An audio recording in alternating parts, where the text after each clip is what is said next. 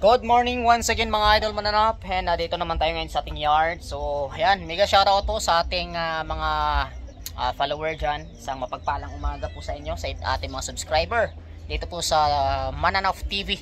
Ayan, once again isang mapagpalang araw sa inyo mga idol. So ayan, may nagtatanong regarding dito sa breed naman natin, no, na PBLT si Cross Shamo. So ito sila mga. So ayan, ito mga idol, maalala nyo po dati yung mga may mga wheaten type tayo dati, yung way back 2018 ba yun? 18, 19, mga ganyan. So ito pa yung mga strain na pure blooded Shamo Japanese po natin mga idol. Yan.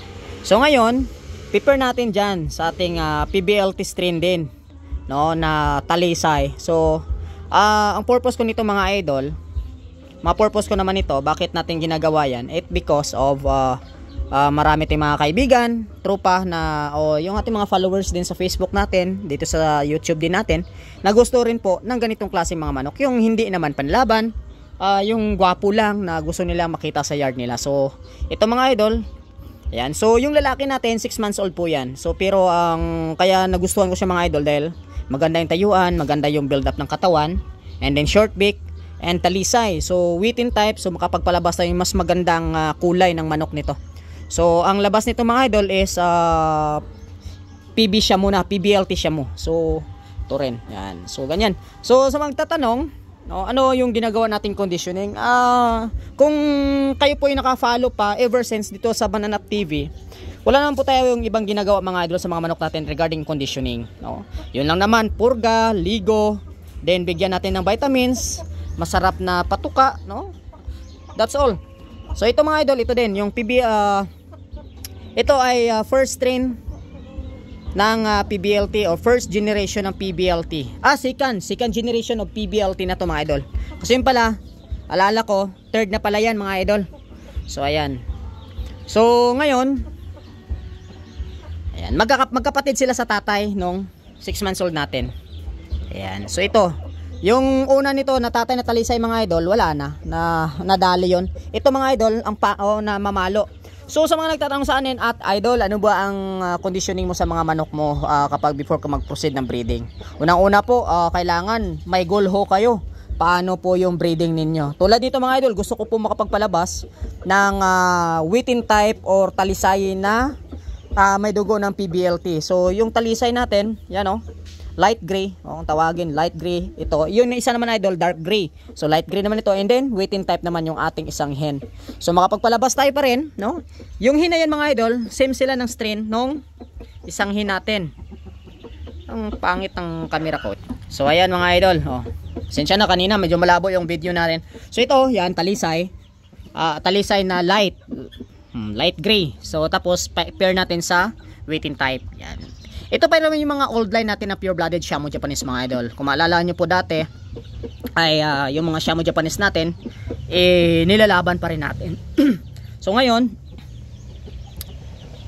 ito na ngayon, ibibreed natin sila sa ating mga PBLT. So ayan, ito mga idol, pasensya nyo na itsura niya ng pangit dahil yun nga, nagkabugis to dahil gusto sana ilaban to mga idol. Kailang problema namin, hindi kami makahanap ng pari sa kanya kasi shadow talaga siyang malaki, tapos akala nyo lang maliit tingnan pero malaki po talaga siya, matangkad. So tapos may tahid, so medyo mahirap. Tapos gusto sana namin dalhin din to sa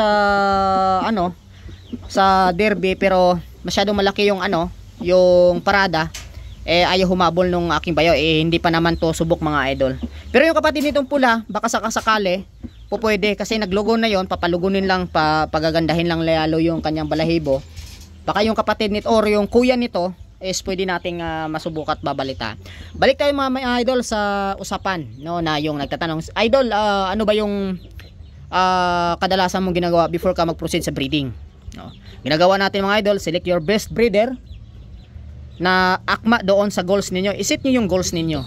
Pangalawa, pag na-ready na ninyo mga idol yung mga materialis ninyo, for example tulad nito sa akin, gusto mo pabalabas ng ganitong klaseng manok na may kanawayon or short grain na may siyempre, pag gwapot magaganda yung manok na breeder mo, may malalabas na gwapot magaganda din. So pag ready na yon, ang next na gagawin, liliguan natin yan.